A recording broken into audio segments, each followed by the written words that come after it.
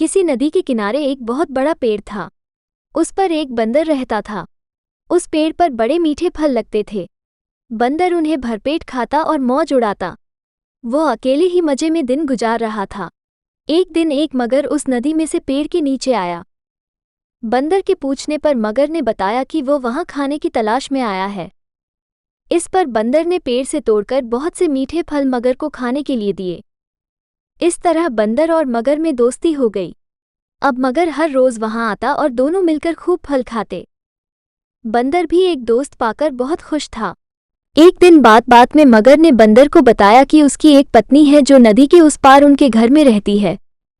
तब बंदर ने उस दिन बहुत से मीठे फल मगर को उसकी पत्नी के लिए साथ ले जाने के लिए दिए। इस तरह मगर रोज जी भरकर फल खाता और अपनी पत्नी के लिए भी लेकर जाता। मगर की पत्नी को फल खाना तो अच्छा लगता, पर पति का देर से घर लौटना पसंद नहीं था। एक दिन मगर की पत्नी ने मगर से कहा कि अगर वो बंदर रोज रोज इतने मीठे फल खाता है तो उसका कलेजा कितना मीठा होगा।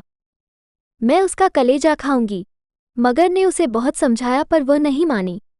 मगरमच्छ दावत के बहाने बंदर को अपनी पीठ पर बैठाकर अपने घर लाने लगा। नदी बीच में उसने बंदर को अपनी पत्नी की कलेजे वाली बात बता दी। इस पर बंदर ने कहा कि वो तो अपना कलेजा पेड़ पर ही छोड़ आया है। वो उसे हिफाजत से पेड़ पर रखता है, इसलिए उन्हें वापस जाकर कलेजा लाना पड़ेगा।